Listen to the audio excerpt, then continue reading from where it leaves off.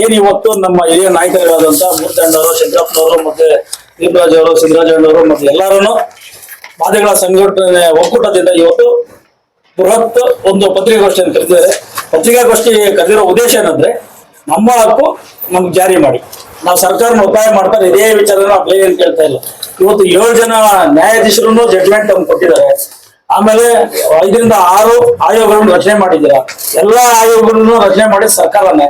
ಆಮೇಲೆ ಯಾವುದೇ ಒಂದು ಜಸ್ಟಿಸ್ ಒಂದು ಆಯೋಗದ ಅಧ್ಯಕ್ಷರಾದ್ಮೇಲೆ ಸರ್ಕಾರ ಅವ್ರಿಗೆ ಗೌರವವನ್ನು ಸಲ್ಲಿಸಬೇಕು.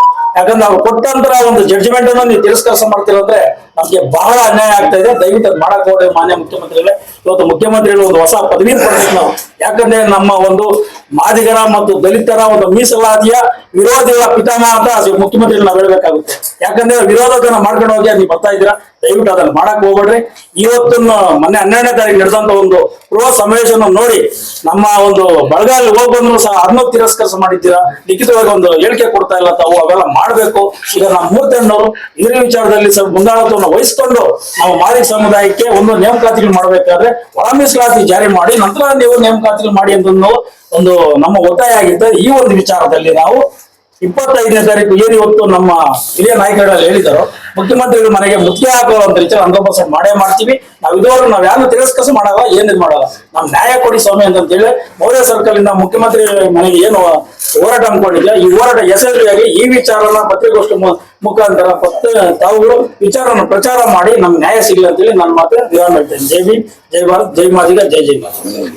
ನಾನು ಅಧ್ಯಕ್ಷರಾಗಿ ಈ ಪತ್ರಿಕಾಗೋಷ್ಠಿ ನಡೆಸೋ ವಿಚಾರ ಏನಂದ್ರೆ, ಏನು ಈ ಹಿಂದೆ ಕ್ಯಾಬಿನೆಟ್ ಅಲ್ಲಿ 56,432 ಹುದ್ದೆಗಳನ್ನ ಪರಿಶಿಷ್ಟ ಜಾತಿಗೆ ಮಾಡ್ಬೇಕು, ನೇಮಕಾತಿ ಮಾಡ್ಬೇಕು ಅಂತ ಹೇಳಿ ಹೇಳ್ತಾರೆ. ಪ್ರವರ್ಗ ಎ ಮಾದಿಗ ಸಂಬಂಧಿತ ಜಾತಿಗಳಿಗೆ 6% ನಿಗದಿ ಮಾಡಿ ಅವರು ಹಂಚಿಕೆ ಮಾಡ್ಲಿ ಅನ್ನೋದು ಅಷ್ಟೇ ನಮ್ಮ ಉದ್ದೇಶ ಆಗಿರುತ್ತೆ. ಈ ಹಿಂದೆ ನೀವು ನೋಡಿದ ಹಾಗೆ ನ್ಯಾಯಮೂರ್ತಿ ಎ.ಜೆ. ಸದಾಶಿವ ಆಯೋಗ ಸ್ಥಾಪನೆ ಮಾಡಿದ್ದು ಗೌರ್ಮೆಂಟ್, ಕಾಂತರಾಜು ವರದಿ ಅದು ಕೂಡ ರಚನೆ ಮಾಡಿದ್ದು ಗೌರ್ಮೆಂಟ್, 2011ರ ಜನಗಣತಿ ಅದು ಮಾಡಿದ್ದು ಅವರೇನೆ, ಮಾಧುಸ್ವಾಮಿ ಉಪಸಮಿತಿ ವರದಿ ಅದು ಕೂಡ ಅವರೇ ಮಾಡಿದ್ರು. ಈಗ ನ್ಯಾಯಮೂರ್ತಿ ನಾಗಮೋಹನ್ ಸಮಿತಿ ಇದನ್ನು ಕೂಡ ಗೌರ್ಮೆಂಟೇ ಮಾಡಿದೆ. ಆದ್ರೆ ಎಲ್ಲ ವರದಿಗಳು ಸರಿ ಇಲ್ಲ ಅಂತ ಹೇಳಿ ಕೆಲವು ಅತಿ ಹೆಚ್ಚು ಲಾಭ ಪಡೆದಿರ್ತಕ್ಕಂಥವ್ರು ಎಲ್ಲೋ ಒಂದು ಕಡೆ ಈ ಒಳ ಮೀಸಲಾತಿನ ವಿರೋಧ ಮಾಡ್ತಾ ಇದ್ದಾರೆ. ಸೊ ಅದರಿಂದ ನಮ್ಮ ಬೇಡಿಕೆ ಏನಂದ್ರೆ, ಪ್ರಮುಖವಾಗಿ ನಾವು ಇದುವರೆಗೂ ಕೂಡ ಸಾಮಾಜಿಕವಾಗಿ, ಶೈಕ್ಷಣಿಕವಾಗಿ, ಆರ್ಥಿಕವಾಗಿ ನಾವು ಸಾಕಷ್ಟು ಹಿಂದುಳಿದಿದ್ದೇವೆ.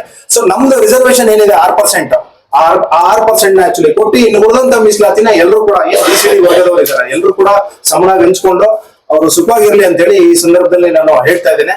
ನಾವು ಬರೀ ನ್ಯಾಯ ವಿಚಾರನೂ ಇಲ್ಲ, ಇಲ್ಲಿ ನಮ್ಗೆ ಒಳ ಮೀಸಲಾತಿ ತುಂಬಾ ಅವಶ್ಯಕತೆ ಇದೆ. ಇದಕ್ಕೋಸ್ಕರ ಕಳೆದ 35 ವರ್ಷಗಳಿಂದ ನಿರಂತರವಾಗಿ ರಾಜ್ಯದಲ್ಲಿ ಅನೇಕ ಹೋರಾಟಗಳು ಆಗ್ತಾ ಬಂದಿದೆ.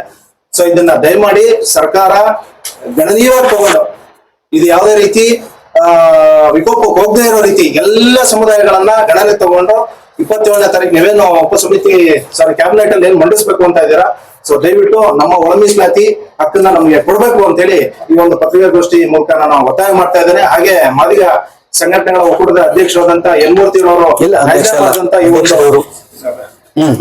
ಒಂದು ಆಯೋಜನೆ ಮಾಡಿದ್ದಾರೆ. ಸೊ ಅವ್ರು ತಗೊಳ್ಳುವಂತ ಸಂಪೂರ್ಣ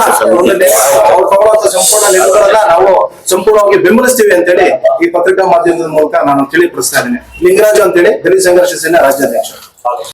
ಮಹಾನಾಯಕ ಡಾಕ್ಟರ್ B.R. ಅಂಬೇಡ್ಕರ್ ಅಧ್ಯಕ್ಷರು. ಇವತ್ತು ನಾವೇನು ಸುಮಾರು ವರ್ಷಗಳಿಂದ ಸತತವಾಗಿ ಹೋರಾಟ ಮಾಡ್ಕೊಂಡ್ ಬರ್ತಾ ಇದ್ವಿ ಮಾದಿಗ ಸಂಘಟನೆಗಳು ಮೀಸಲಾತಿ ವಿಚಾರದಲ್ಲಿ. ಇವತ್ತು ಮಲತಾಯಿ ಧೋರಣೆಯನ್ನು ಅನುಸರಿಸತಕ್ಕಂತ ಸಿದ್ದರಾಮಯ್ಯ ಸರ್ಕಾರದ ವಿರುದ್ಧ ಮೊನ್ನೆ 12ನೇ ತಾರೀಕು ಏನು ನಾವು ಫ್ರೀಡಂ ಪಾರ್ಕ್ನಲ್ಲಿ ಬೃಹತ್ ಪ್ರತಿಭಟನೆ ನಾವು ಹಮ್ಮಿಕೊಂಡಿದ್ದೀವಿ. ಆವತ್ತು ಆಶ್ವಾಸನೆ ಕೊಟ್ಟಿದ್ವಿ 22ನೇ ತಾರೀಕು ಮಾಡೇ ಮಾಡ್ತೀವಿ ಅಂತ, ಮಾಡು ಮಡಿ ಅಂತ ಹೇಳಿ ಕಾರ್ಯಕ್ರಮ ಮಾಡಿದ ವಿಚಾರದಲ್ಲಿ ಇವತ್ತು ಸಿದ್ದರಾಮಯ್ಯ ಅವರು ಮೀನಾಮೇಶ ಹೇಳ್ಕೊಂಡು ಇವತ್ತು ಇನ್ನೊಬ್ಬರಿಗೆ ಕಾರ್ಯಕ್ರಮ ಮಾಡೋದು, ಇನ್ನೊಬ್ಬರು ಕೆಲಸ ಸಿದ್ದರಾಮಯ್ಯ ಮಾಡ್ತಾ ಇದ್ದಾರೆ. ಇವತ್ತು ನಾವೇನು ಇವತ್ತು 27ನೇ ತಾರೀಕು ಮಾಜಿ ಸಂಘಟನೆ ಒಕ್ಕೂಟದಿಂದ ಬೆಂಗಳೂರಲ್ಲಿ ಪ್ರತಿಭಟನಾ ರ್ಯಾಲಿ ಮತ್ತು ಆಯಾ ಜಿಲ್ಲೆಗಳಲ್ಲಿ ಪ್ರತಿಭಟನಾ ರ್ಯಾಲಿ ಹಮ್ಮಿಕೊಳ್ತಾ ಇದೀವಿ. ಅದಕ್ಕೆ ಮಹಾನಾಯಕ ಡಾಕ್ಟರ್ B.R. ಅಂಬೇಡ್ಕರ್ ನಾವು ಬೆಂಬಲ ಕೊಟ್ಟು ಸಾವಿರಾರು ಸಂಖ್ಯೆಯಲ್ಲಿ ನಾವು ಮೊನ್ನೆ ಕಾರ್ಯಕ್ರಮ ಭಾಗವಹಿಸಿದ್ವಿ. ಅದೇ ರೀತಿ ನಾವು ಬೆಂಗಳೂರಲ್ಲಿ ಭಾಗವಹಿಸ್ತೀವಿ, ನಮ್ಮ ಜಿಲ್ಲೆಯಲ್ಲಿ ನಾವು ಕಾರ್ಯಕ್ರಮ ಮಾಡ್ತೀವಿ ಅಂತ ಹೇಳ್ಬಿಟ್ಟು ಈ ಸಂದರ್ಭದಲ್ಲಿ ಮಾಡ್ತೇನೆ. ಈ ಚಿಕ್ಕಬಳ್ಳಾಪುರ ಜಿಲ್ಲೆ ನಾರಾಯಣ ಸ್ವಾಮಿ ಡಿವಿ ಅಂತ. ಶ್ರೀನಿವಾಸ್ ಸರ್ ಮಾತಾಡಿ. ಜನಜಾಗೃತಿ ಸಮಿತಿಯಿಂದ MC ಶ್ರೀನಿವಾಸ್ ಅಂತ ಹೇಳಿ ಹೆಸರು. ಸುಮಾರು 30 ವರ್ಷಗಳಿಂದ ಈ ಹೋರಾಟ ಒಳ ಮೀಸಲಾತಿ ಹೋರಾಟ ಮಾಡ್ಕೊಂಡು ಬಂದಿದ್ವಿ. ಈ ಹೋರಾಟದಲ್ಲಿ ಸುಪ್ರೀಂ ಕೋರ್ಟ್ ಆದೇಶ ಬಂದ ನಂತರ ಕೂಡ ಈ ರಾಜ್ಯ ಸರ್ಕಾರ 2 ವರ್ಷ ಆಗಿದೆ. ಈಗಾಗಲೇ ಸುಪ್ರೀಂ ಕೋರ್ಟ್ ಆದೇಶ ಆಗಿದ 1 ಗಂಟೆಯಲ್ಲಿ ತೆಲಂಗಾಣ ಸರ್ಕಾರ ಒಳ ಮೀಸಲಾತಿ ಜಾರಿ ಮಾಡಿದೆ. ತದನಂತರ ಹಂಗೆ ಪಂಜಾಬ್ ಮತ್ತು ಹರಿಯಾಣ ಮತ್ತು ಆಂಧ್ರ ಪ್ರದೇಶ ಆಗಿದೆ. ಆದರೂ ಕೂಡ ನಮ್ಮ ಸಿದ್ದರಾಮಯ್ಯರು ಪ್ರತಿಯೊಂದು ವೇದಿಕೆಯಲ್ಲಿ ನಾನು ಮಾದಿಗರ ಪರ ಇದೆ ಅಂತ ಮಾತುಗಳು ಹೇಳ್ತಿದ್ದಾರೆ. ಆದ್ರೆ ನಮಗೆ ಬೇಕಾಗಿರ್ತಕ್ಕಂಥ ಸೌಲಭ್ಯಗಳು ಒಳ ಮೀಸಲಾತಿಯನ್ನು ಜಾರಿ ಮಾಡದೆ ಸುಮ್ಮನೆ ನಮ್ಗೆ ಅವರು ಸುಮ್ಮನೆ ಮಾತುಗಳೇನು ಮಾಡ್ತಾ ಇದ್ದಾರೆ, ಅದು ಮುಂದೆ ನಡೆಯಲ್ಲ.